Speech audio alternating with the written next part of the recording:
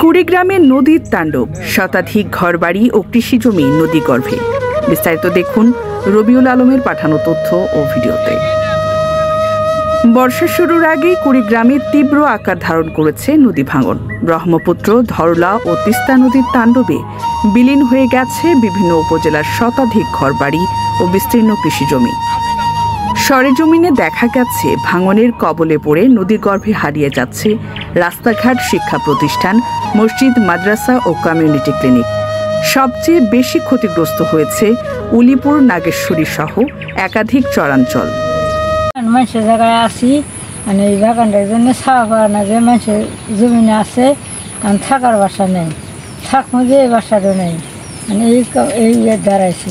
আর আবার ফির যাই আসি, ওই দিন ফির ভেঙে যেতেছে। ক্ষতিগ্রস্তদের দাবি, নদী ভাঙন এখন জীবনের সবচেয়ে বড় অভিশাপ। প্রতিদিন নতুন ক্ষতির খবর নিয়ে দিন শুরু হয়। জমি হারিয়ে বন্ধ হয়ে গেছে চাষাবাদ, আর সন্তানদের মুখে খাবার তুলে দেওয়াই এখন সবচেয়ে বড় চ্যালেঞ্জ। অনেকে রাত কাটাচ্ছেন এই ভয়ে এক ঝটকায় ঘরবাড়ি ও গাছপালা হয়তো নদীতে ভেসে যাবে। স্থানীয়দের মতে দ্রুত নদীটির সংরক্ষণের ব্যবস্থা নিলে ব্যক্তিগত সম্পদের পাশাপাশি সরকারি ও বেসরকারি স্থাপনাও রক্ষা পাবে। ভাঙ্গন এটা আসলে প্রতি বছরই হচ্ছে। প্রতি বছরই প্রত্যেকটা এলাকার ধরেন যে 2-4টা করে ফ্যামিলি এভাবে বাস্তুহারা হচ্ছে।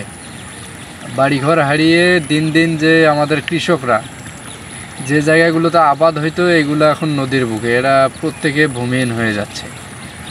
তো এইটাতে আসলে আমরা যেটা জানি যে দীর্ঘদিন থেকেই একটা যে পার রক্ষা প্রকল্প একটা চলমান আছে। এই প্রকল্পটার গতি এত ধীর, যার কারণে প্রতি বছর আমাদের কৃষকদের এইভাবে ক্ষতিগ্রস্ত হইতে হচ্ছে। তারা এর মধ্যে কোনে যাবেন, এই পোয়ালগুলো নিয়ে কোনে যাই, কী করি? কোনে বান্ডা হলে কত ভালো হইলে নেব, ওই ধরনের আস্তে আস্তে ভেঙে দিতে।